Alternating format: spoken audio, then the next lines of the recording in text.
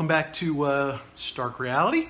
Hey, I'm working on the MR2. I've had an issue that's come up this winter. It came up at the very beginning when I put the engine in, where I had a fluctuating idle, especially when it's cold, but originally it was kind of all the time where the idle would go down and up and down and up. I thought for sure it was the idle air control valve, and then some of the viewers put in some description saying I should check the coolant and that there could be a bubble in the coolant, and sure enough, that's what it was. So it got rid of the bubble in the coolant, which on this car is a little bit of a challenge. So I got rid of that bubble and that took care of the problem. Well, it's come back with a vengeance this winter, in the cold especially, which made me think maybe it could be a vacuum leak. So I've checked all those and I couldn't find any leaks in the vacuum. Decided it's definitely the idle air control valve. So this is the original one that came on the engine. Again, I'm finding a lot of this stuff that was original on the engine. I mean, it seemed fine, looked fine, you know, cleaned these things up, but you know, they just are not holding up. So take it for what it's worth. On the engine, I got a lot of these, you know, ancillary parts are not holding up. I'm having to replace them.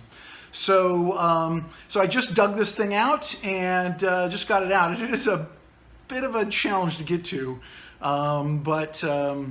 you know, got it, pulled it off. It is definitely gunked up and dirty inside, so I think that may be part of it. I don't know if you can see that very well, but it's definitely gunked up and dirty in there, and having a hard time getting to idle. So I'm going to take care of this, swap this out, rule this out completely. Hopefully it just takes care of it. I also checked the PCV valve, make sure that that thing is working well, which it needed to be clean, so I cleaned it up and it seems great. And then if I'll probably have to check the coolant, because obviously coolant runs through this, that's what these are for. So I may end up with some bubbles in there to have to drain out anyways. And hopefully I can get this thing to quit idling up and down. There's nothing funnier than pulling out in the morning and sitting at the stop sign or stoplight, and the people around you are like, what are you doing with your car? It's up and down and up, and it sounds like you're playing with it. Until it gets warm and then it goes away. So hopefully this will take care of it. So I'll show you what I've been up to and to get what it takes to get this thing out. All right, well, here on the floor I've got the throttle body, which sits in the car like that, the cable throttle. The idle air control valve sits on the bottom. So, and that's what lets air through at idle and controls the air at idle so that the car will idle nice and even until it gets nice and warm and you're under, and then you know, under drive, and this is working. So the trick is, you know, with our car, it's tucked way up in the back. You can kind of see where it goes right there. So if I've removed the battery cover, the exhaust, the cold air intake, and disconnected a few of the little vacuum lines and things to just get them out of the way. There's 4 bolts on the housing, so it wasn't too tough to get to those. I think the toughest thing is you got the 2 coolant lines right here. So you need a clamp, you need a hose clamp so that you can clamp those off. So it's not, you know, this isn't rocket science, just pulling everything apart to get to it, and then I'll put that new piece on, and then we'll put it all back together again. All right, so if you haven't really looked at your throttle body, this is what you're looking at. It sits in the car like this. Your throttle cable is in the back. Terribly difficult to get to. It's a total pain in the rear end.